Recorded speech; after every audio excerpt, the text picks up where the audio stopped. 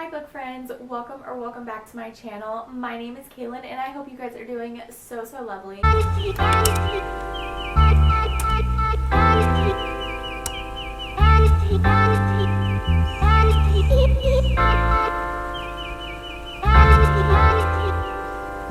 Today I'm going to be doing the mid-year freakout tag, which is a tag I've been seeing around booktube for a long time now. I've always watched the videos, love seeing everyone else's books that they talk about, and this year I started my own booktube channel and I thought, do it, just do it, Kaylin. So that's what we're doing. This is my first time doing it, as I've said, and I can't believe we are halfway through 2022. Like, what?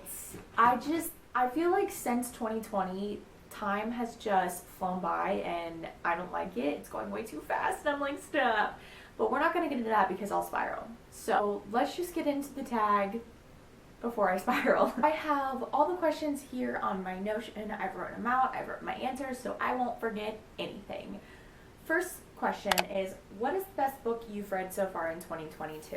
For this question, I have chosen Lessons in Chemistry by Bonnie Gramez. When I read this book, going into it, I had no idea what I was going to think about this book. I've heard so many people love and rave about this book, and I was like, is it one of those books that people talk about and love and it's not going to be one I love, or am I going to agree with people? And I agree.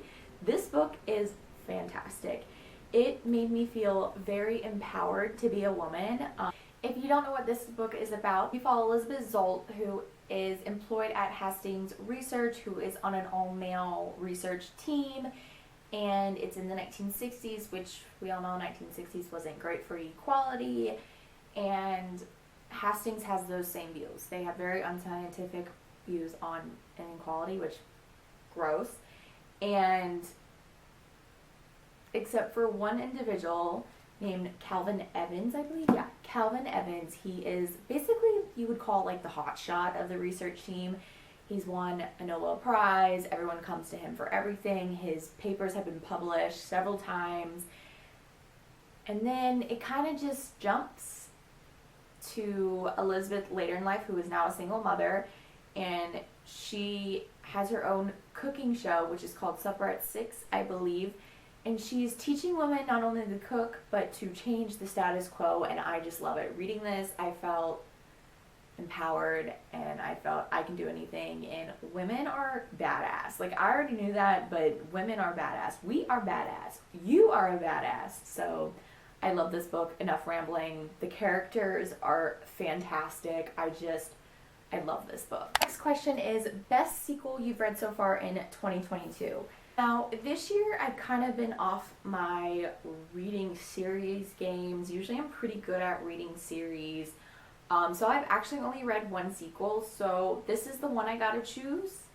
And it was a great sequel, in my opinion. House of Sky and Breath by Sarah J. Maas.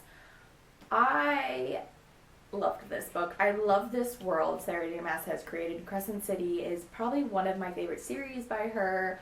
Granted, I have not read Throne of Glass, and it's been years since I've read the A Court of Thorns and Roses series, so I don't know what that says, but I love this series. I love the characters. I love the world. The ending of this book, if you have read the ending of this book, wow.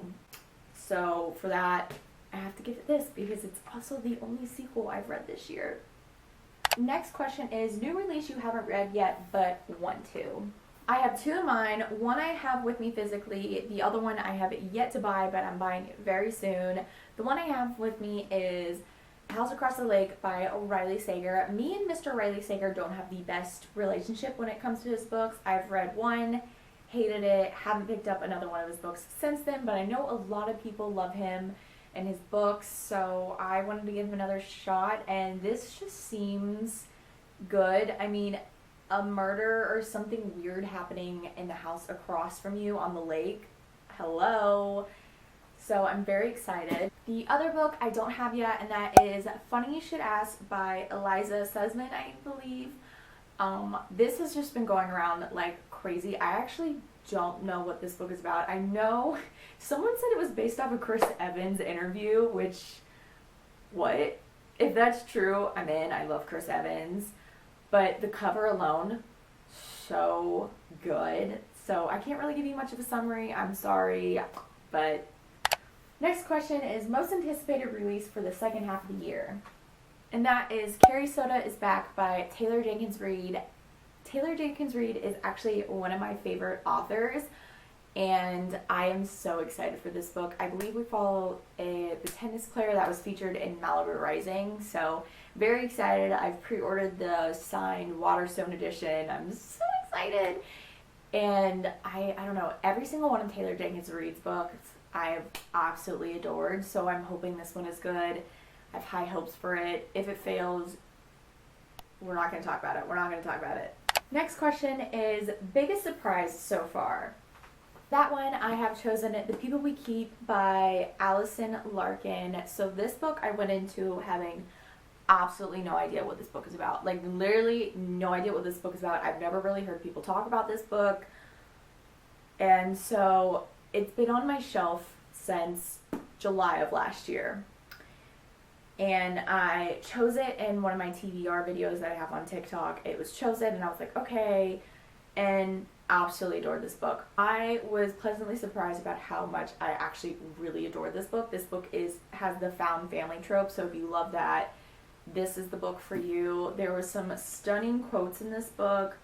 I annotated this book, and I actually really want to read this again. We follow April, who has kind of been left to fend for herself. Her dad kind of abandoned her for a new family. He comes back every so often when he needs something, but basically she has to fend for herself. She picks up shifts at the diner. You know, she loves music. She has a guitar. She writes songs. And one night her dad comes back. They get into it. He breaks her guitar. And so she steals his car and she goes on a little road trip all across the East Coast. And she finds her own little family. And it's just such a heartwarming, touching story. And I really love this book. Next question is biggest disappointment so far. For my biggest disappointment, this one was easy. And don't come for me when I show it to y'all, but I'm just kidding. Book Lovers by Emily Henry. Now, this book, I had really high expectations for it, and maybe that was my issue. Because the last book I read of her was People We Meet on Vacation. Absolutely love that book. Will not stop raving about that book. To this day, I read it a year ago. Loved it, adored it. So I thought this was gonna have the same type of energy.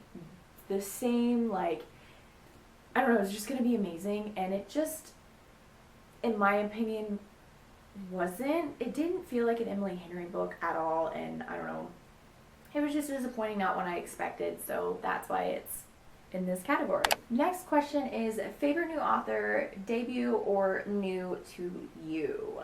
I have two authors for that. The first one is S.A. Cosby. I read Razorblade Tears earlier this year, ended up being phenomenal, one of my favorite reads of the year, and for that, it makes me want to read books by S.A. Cosby. I will definitely be reading every single book he puts out. And the second one is actually an author I've read before, didn't realize it, but I'm still going to count it, and that is Rebecca Shirley. I read One Italian Summer in June. Love this book. It was 5 stars for me, and the writing was so good. It was beautiful, descriptive, everything you want. It made me feel like I was there in Italy. So for that, I will be reading every single book she puts out. Next question is newest fictional crush. This one was kind of hard for me because it's not that I don't develop fictional crushes, because I do, but I don't really think about them after I finish reading the book.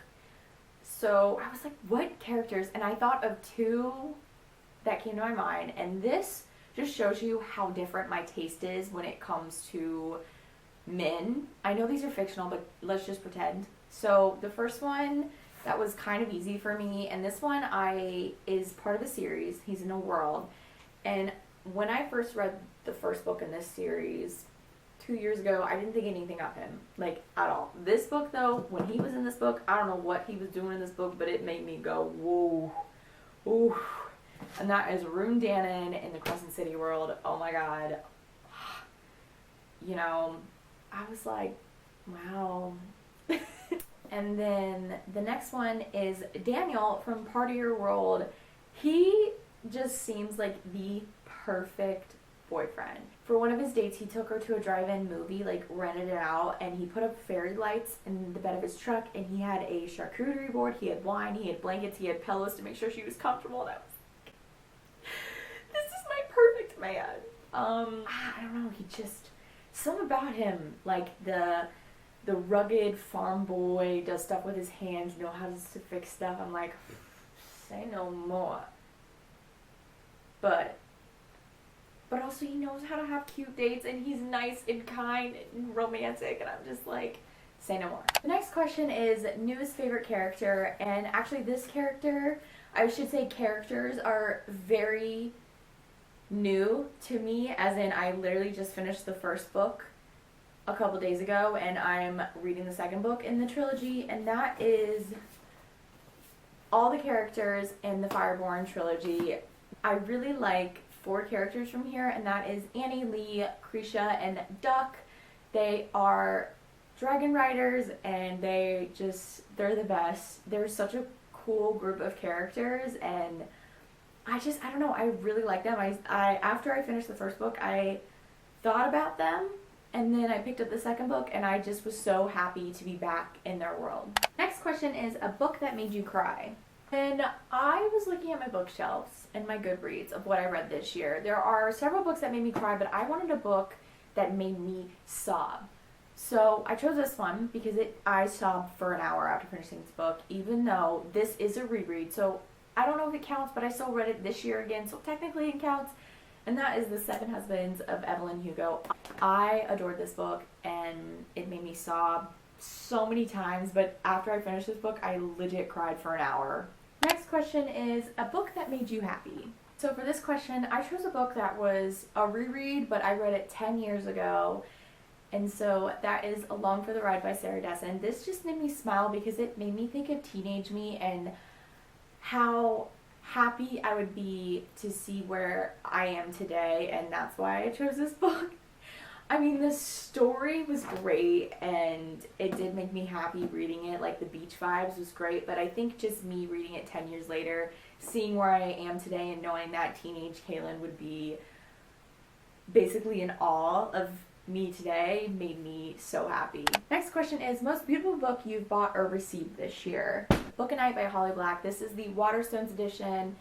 You have the stenciled edges, the sprayed ends, and it is just beautiful. Like, the cover is stunning, but this makes it even more pretty. Last but not least, what books do you still have left to read before the year ends? And I'm sure, like everyone's answer, mine's probably going to be the same, but as much as I can from my shelves, I'm trying really hard to read every single book I have on my shelf and go into 2023 with under 5 books on my TBR.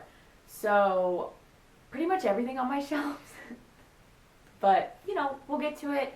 As long as I don't feel pressure to read or make it feel like a chore, I'm going to read as much as I can. So yeah, you guys, that is my mid-year freakout book tag. I had so much fun filming this. I hope you guys enjoyed watching it.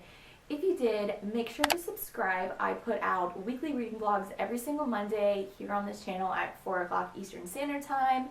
Also, make sure to like and comment down below. Comment your answers to these questions because I would love to know. Make sure to follow me on my social medias if you want to keep updated with me. I have them always linked down below. And thank you guys so much for watching. I will see you guys in my next video. Yeah. She asked me, really, do you love me? I said